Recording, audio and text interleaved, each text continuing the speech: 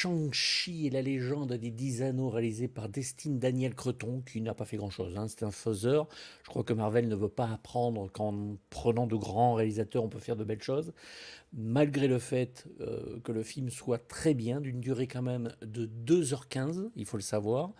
Je pense que Marvel, avec ce film-là, va jouer sur Black Panther, mais du côté asiatique.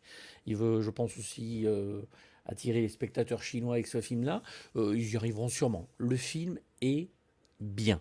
Franchement, il se regarde. Les scènes d'action sont juste stupéfiantes à San Francisco.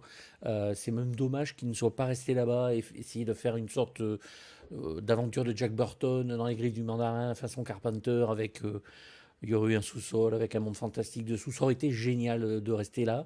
Malheureusement, voilà, bon ben, on repart en Chine et c'est là que le film s'enfonce. Alors, il s'enfonce pas réellement, mais il baisse de rythme. Il y a une grosse baisse de rythme dans le village et du coup, le combat final quand il arrive se veut épique et ne l'est pas, malgré de très belles scènes.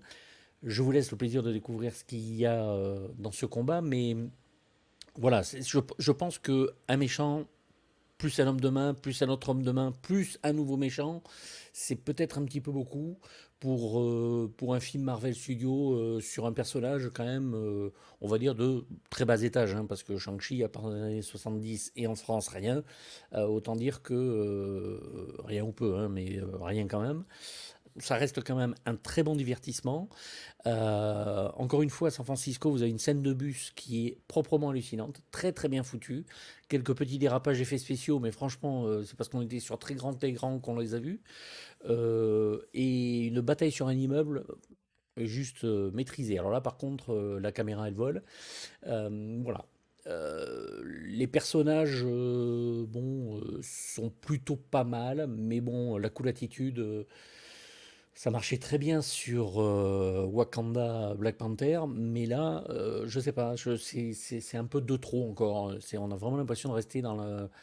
D'ailleurs, c'est vraiment sur la même base que Black Panther, hein. C'est vraiment ce côté on est cool, et en même temps, on combat des trucs hyper sérieux. Je veux bien, mais voilà, bon, ce serait bien quand même de changer un petit peu de méthode. Je sais pas si c'est à eux de faire ça, mais bon, vu que ça marche, je leur laisse le plaisir d'engranger des millions, mais voilà, pour moi en tant que spectateur, j'aurais bien aimé que ça change. Voilà, au casting, vous avez surtout Michel Yeo, qui apparaît peu, mais qui est là quand même, et Tony Leung, que l'on a connu dans les John Woo, comme Une balle dans la tête, À toute épreuve, ou Les Trois Royaumes.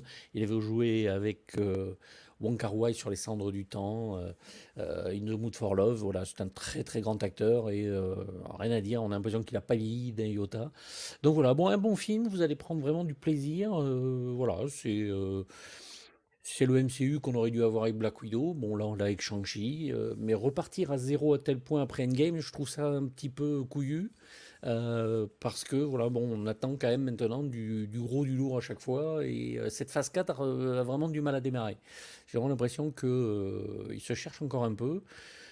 Les scènes de post-générique sont très bien et nous amènent vers quelque chose d'intéressant.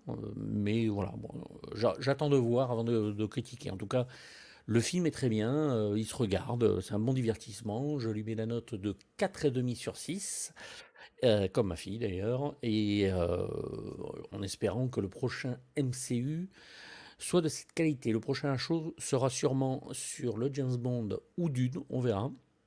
C'est les deux seuls qui me titillent réellement. Je vous dis à bientôt. Bye bye.